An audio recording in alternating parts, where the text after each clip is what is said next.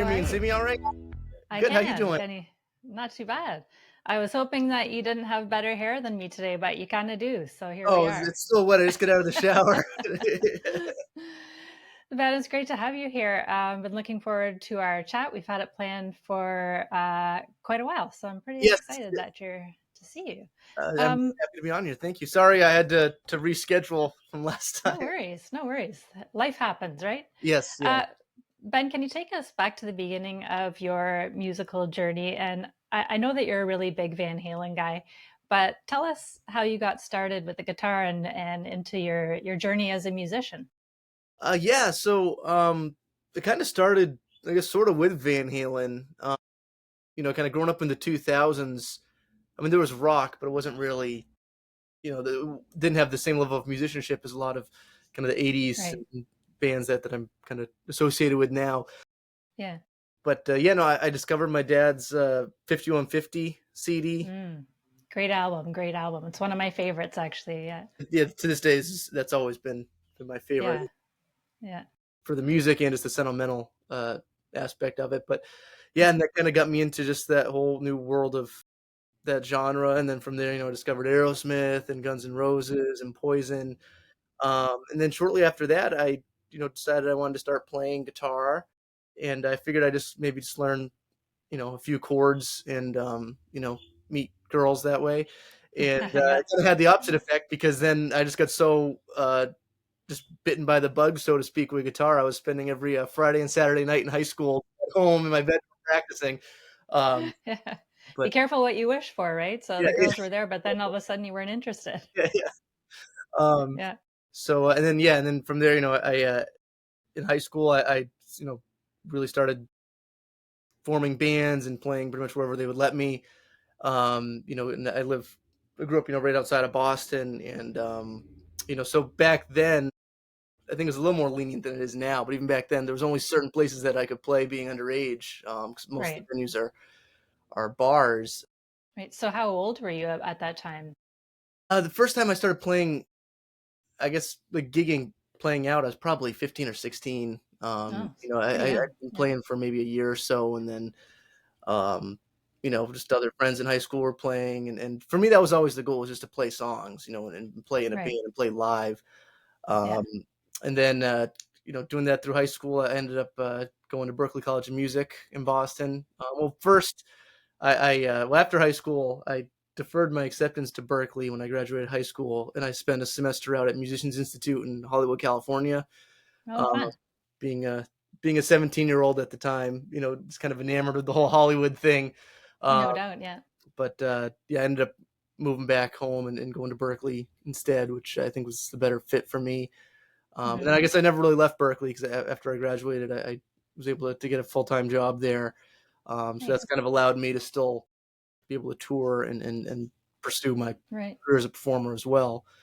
And then Do you teach there? Are you in a teaching capacity, or what's your role no, there? so when I first graduated, they hired me to teach part-time for the summer program. So I did that for 2 years. And then a more administrative position opened up as part of the guitar department leadership team. I'm the senior Nice. coordinator there now. So I had to give Oh, up teaching for that, congratulations. but I have health insurance. So, Yeah. Yeah. Yeah.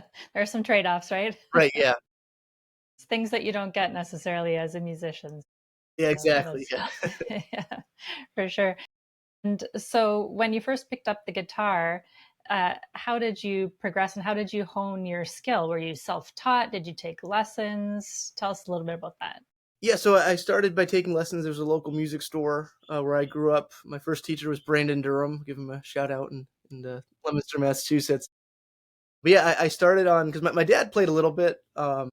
So he had some of his old guitars. So when I first wanted to start playing, my parents said, "Oh, well, this is just going to be a phase. We're not going to, Right. invest in buying you a guitar. Why don't you just use your dad's old guitar?" So I started on a 1979 Ovation Matrix acoustic, Nice, nice, and nice.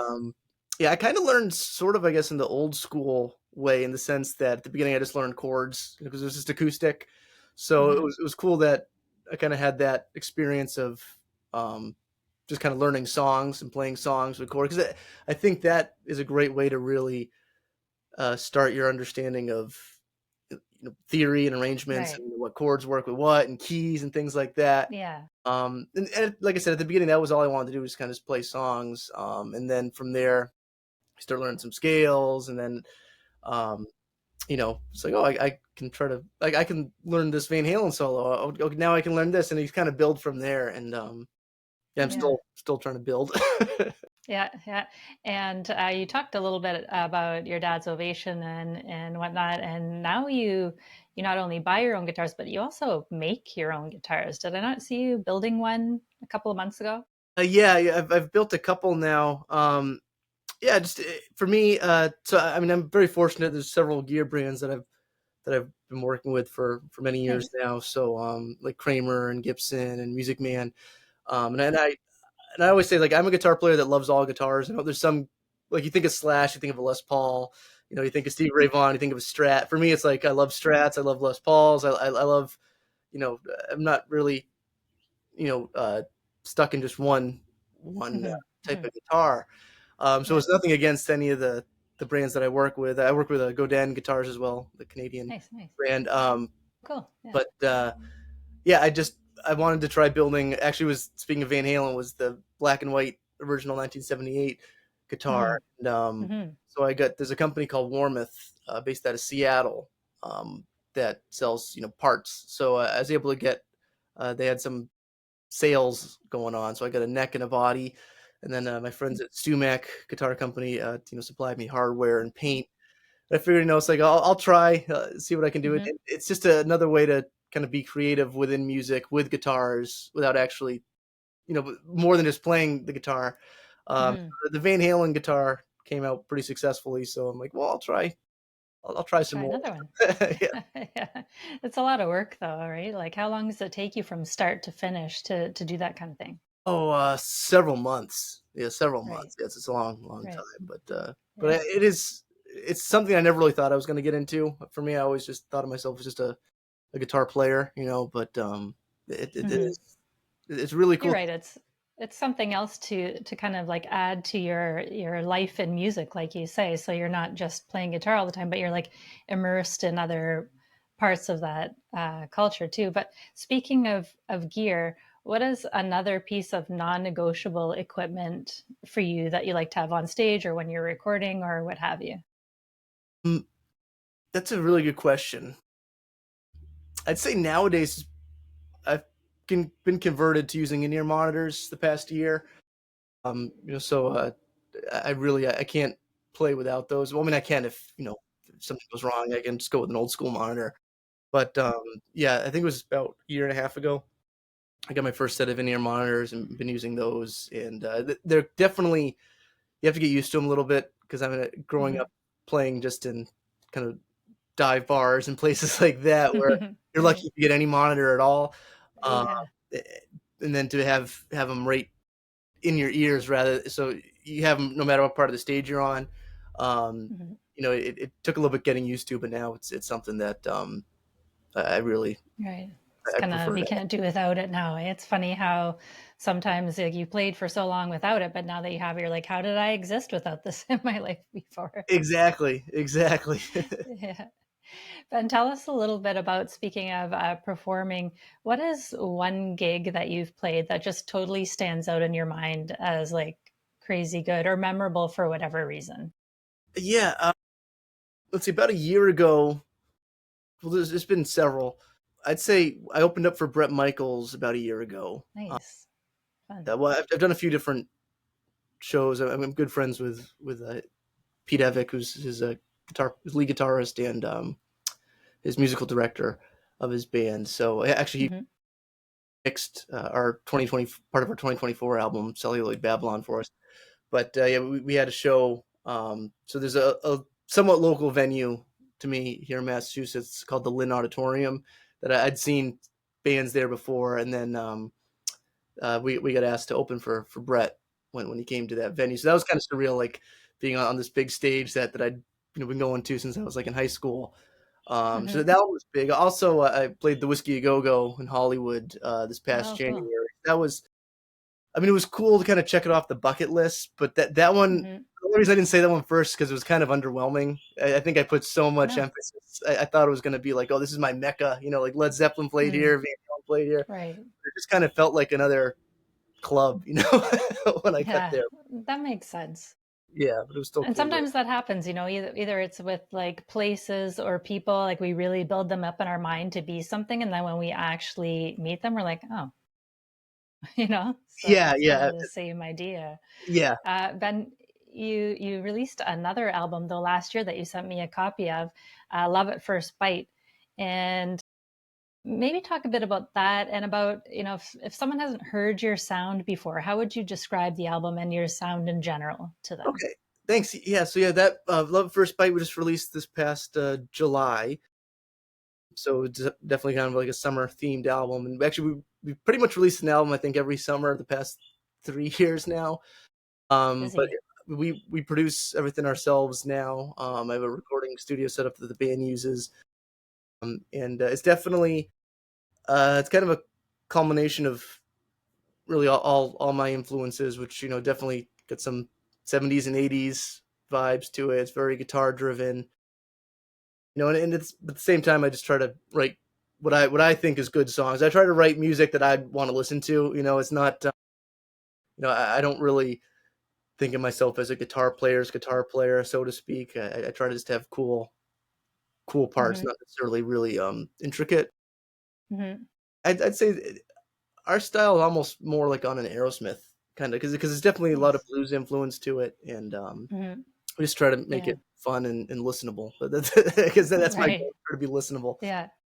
So when you are writing and that's your goal, what inspires you to move forward with a song? Do you get inspired by lyrics? Is it a tune that you've been humming along, or what kind of gets the creative ball rolling for you?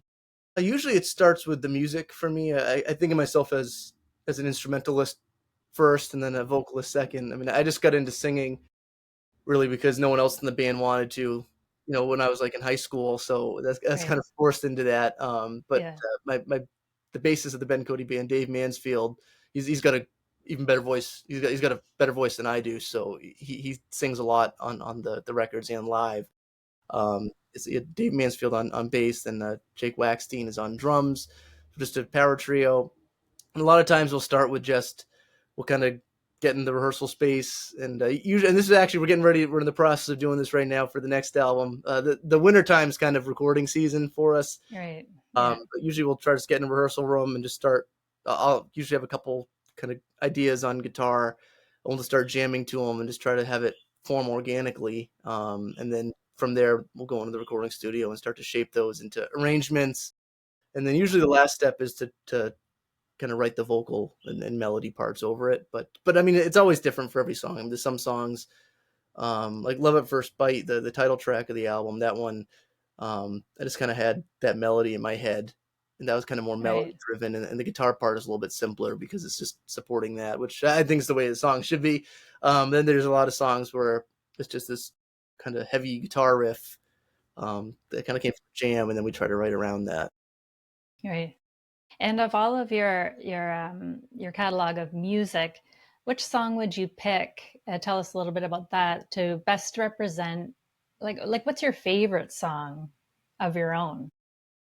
That's a good question. So back in 2018, we had our album "Get Your Licks In," the title track of that one, "Get Your Licks In." That's probably one of my favorites. We also have one in our 2020 album. The song is called 976. I think those are both probably the top two contenders for me for my favorites because I think those were it kind of started with a cool guitar riff that I had, but then the song wasn't guitar centric. The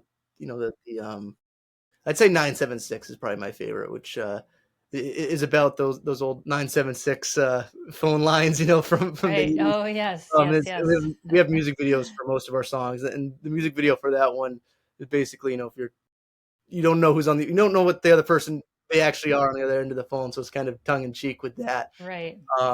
But I It's think kind that of like reminiscent of that Aerosmith video for Sweet Emotion. There's okay, that okay, yes, lead yeah, in part at the beginning, yeah, exactly, where the guy exactly, calls the hotline. Yeah. So yeah. that's funny. I like that. Yeah, so that I was like fun. videos that tell a story like that, you know, like that's something that's kind of missing from a lot of today's videos compared to back in the day. And you probably agree, it sounds like the videos were such a story, like it's almost like a mini movie, right? And it was so well, like majorly produced and all that kind of stuff. So sounds like you throw back a little bit to that kind of idea a bit.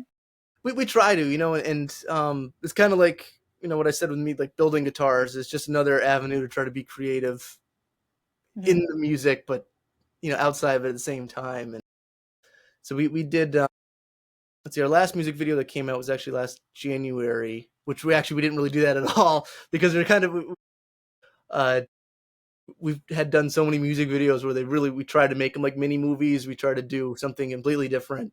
So I had a friend of mine out in LA filmed a whole bunch of B-roll of us when we were out there last January playing at the Whiskey, and then we rented a sound stage here in Massachusetts to actually play and record along with the song, and put it together. So it was almost like I know there's a lot of bands in the '80s that almost like a Wanted Dead or Alive music video where they kind of the black and white like Right. tour footage and then them actually Yeah, performing. yeah, So we tried to do that just to change it up a little bit, but that's yeah. the last music video we've done was almost a year now. Oh, nice. Let's dig back again a little bit into your inspiration to become a musician and tell us what are your top three albums if you had to pick three of your favorites. Oh, that's a really good question. Oh boy. Well, I've already said 5150, so that's gonna be up there because that really kind of got me into to this whole world. Hmm. I'd say the first Chicken Foot album that came out Okay. was like 2009 because that came out like right when I started playing guitar, and Right. obviously I was very into Van Halen and all that, so kind of having Sammy Hagar fronting that band Hmm. got me into it. But then had Joe Satriani on guitar, so that was really I think a good inspiration for someone just starting to play. Yeah, Um, for sure. and then I would say maybe Apocalyptic Love by Slash, the first album we did Okay. with Miles Kennedy, because that Yeah. that album is just so organic. It was recorded live in the studio, Yeah. and to me It's a that good was just, one. yeah, it's a great kind of modern rock album. Hmm.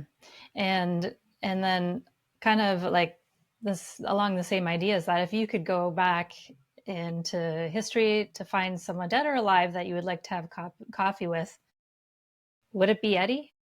I think I'd have to say Eddie because I had myself convinced that like someday I'd at least meet him, and Mm, obviously that didn't tragically, happen. no. Yeah, But yeah, I'd say it'd be Eddie. Yeah, yeah. I think that'd be Good. I think he's probably at the top of a lot of lists. You know, if he ever comes back to life, he's going to be pretty busy. that. Yeah. Ben, tell us a little bit about any kind of sort of upcoming projects or tours or shows that you've got on the go or upcoming. Yes, so I'm not sure if when this is going to be posted or available, but my last Ben Cote band Electric Show of the Year is going to be tonight. We're playing Okay. back up in my hometown. We have a Thanksgiving Eve party show we're putting on. But yeah, then I have a couple acoustic shows booked just kind of throughout the rest of the year. Like I said, this time Hmm. of year I try not to book too many shows. Just you know, being in New England, there's a lot of snow this time of year. We haven't got any yet, but it's like I hate Yeah. having to work around blizzards and things like that. Right. No, I hear you. We're in the same boat as you. I think up here in Northern Ontario, we're like snowbelt central, but still none yet. Yes, yeah, yeah. Actually, it's pretty warm today, but yeah. Then in February, I'm going on the road with George Lynch of Dawkin. We're doing the Mr. Scary mini tour, where the setup is essentially there's a couple opening bands, then George goes on with the Lynch Mob, and then the last Hmm. set is I'll be going out with him and Ricky Thrash. A good friend Ricky Thrash is going to be there, and we're essentially going to be his backing band for a Dawkins set for that. So we have Very those cool. shows coming up, and then obviously I have a lot of Ben Cote band shows as well. And then Hmm. I was working with my friend Gavin Evick, who's based down in Virginia. I did a show with him just a couple weeks ago, opening up for Sebastian Bach down in West Virginia. So there might be some more shows with them coming up too. So just Very staying cool. busy. You sound like a crazy busy guy, Ben. So thank you so much for taking time out to chat with me today. Let us know where the best place is that we can find out more information about you and your shows and all of your work. Yeah, so I mean, I try to be very active on my Instagram. You can find me there. It's Hmm. at the Ben Cote. Ben Cote was already taken when I first made my Instagram, so I Mm, figured I put the yeah, so of course, right? they know which one I am. But Yeah. but you can also go to bencoteband.com that has all of our tour dates. We have merch there, and you can stream our albums and things like that there as well. Also Awesome. TikTok, pretty much everywhere is at the Ben Cote on all Okay. social media. Yeah. So I will link everything in the caption so people can just give you a click too. Again, Ben, thank you so much for spending some time with me this morning. I really appreciate it. And I'll definitely be following along the rest of your journey. thank you so much for having me. It was an honor. I really